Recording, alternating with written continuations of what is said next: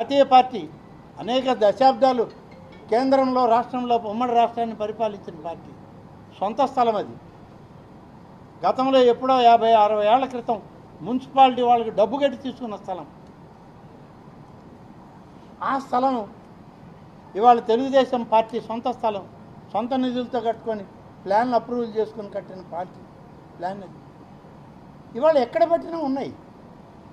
ప్రభుత్వ నిబంధనల మేరకు చేశామే తప్ప ప్యాలెస్లు ఇప్పుడు మాకంతా ప్యాలెస్లో ఉండే అవసరం లేదు, మాకు అవకాశం కూడా లేదు, మేము ఆలోచన కూడా చేయలేము.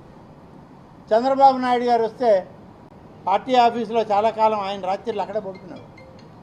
తర్వాత ఎక్కడైనా బాడుక్కి కళ్యాణ మండపాలు తీసుకొని భద్రత కోసం ఒక దగ్గర ఆ సెక్యూరిటీ కోసం ఏర్పాటు చేశాం అంతే తప్ప ప్యాలెస్లో ఉండే ఆలోచన ఆయనకి లేదు. ఇవాళకి కృష్ణా గట్టు మీద ఉన్నటువంటి